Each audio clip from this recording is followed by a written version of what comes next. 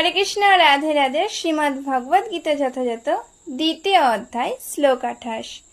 অবক্তাদীনি ভূতানি ব্যক্তমধ্যানি ভারত, অবক্তানি ধনান্যেব তত্র কা পরিদেবনা।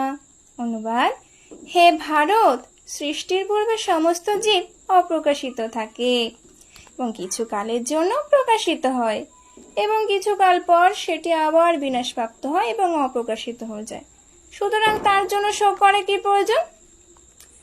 সমস্ত সৃষ্ট বস্তু পূর্বে অপ্রকাশিত হয়ে থাকে।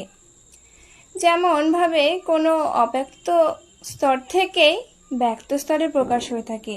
যেমন আকাশ থেকে বায়ুর উদ্ভব হয়, বায়ু থেকে অগ্নি, অগ্নি থেকে জল এবং জল থেকে মাটির উদ্ভব হয় এবং সেই মাটির থেকে বিভিন্ন আকারে প্রকাশ হয়ে থাকে। যেমন একটি বৃহৎ অট্টালিকা মাটির দ্বারা নির্মাণ করা হয় এবং অন্তিমকালে সেটি ভগ্ন অবস্থায় একটি ক্ষুদ্র অনুরূপে মাটিতে বর্তমান থাকে। শুধুমাত্র সময়ের প্রভাবে কিছু ব্যক্ত এবং অব্যক্ত জিনিস প্রকাশিত অপ্রকাশিত হয়ে থাকে।